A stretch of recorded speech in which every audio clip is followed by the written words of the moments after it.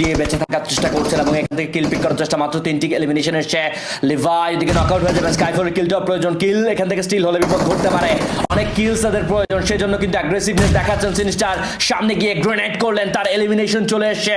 ডিভিএফ জোনের বাহিরে থাকবে, তারাও কিন্তু জোনের কিছুটা বাইরে রয়েছে, সেই এলিমিনেশন গুলো A1 এয়ার স্পোর্টস নিতে চান। লেফট সাইড থেকে প্রেয়ার রয়েছে, সেটা কিন্তু তারা জানেন এবং ওই জায়গাতে স্মোক ডিপ্লয়মেন্ট করে খেলার চেষ্টা। সিনিস্টারের গ্রেনেড ফলাফল কি আনতে পারবে, ভালো ট্রেজেক্টরি দেখা যাচ্ছে এবং ফলাফল অনেকটাই কিন্তু এসেছিল, ড্যামেজটা পেয়েছেন বাট এলিমিনেশন সিকিউর কোনোভাবে করতে পারেনি। ওপেন প্লেয়ার দেখতে পাচ্ছেন ভেক্সি, what a spray, one sinister knock and সাথে সাথে কনফার্মেশন চলে আসবে।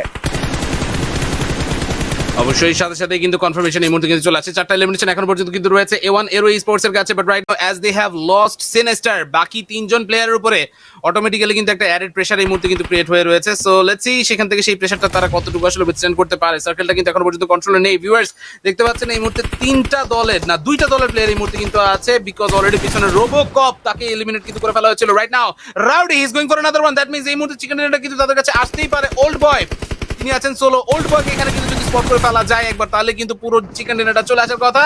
এন্ড লাস্ট মুহূর্তে গিয়ে ভিউয়ার্স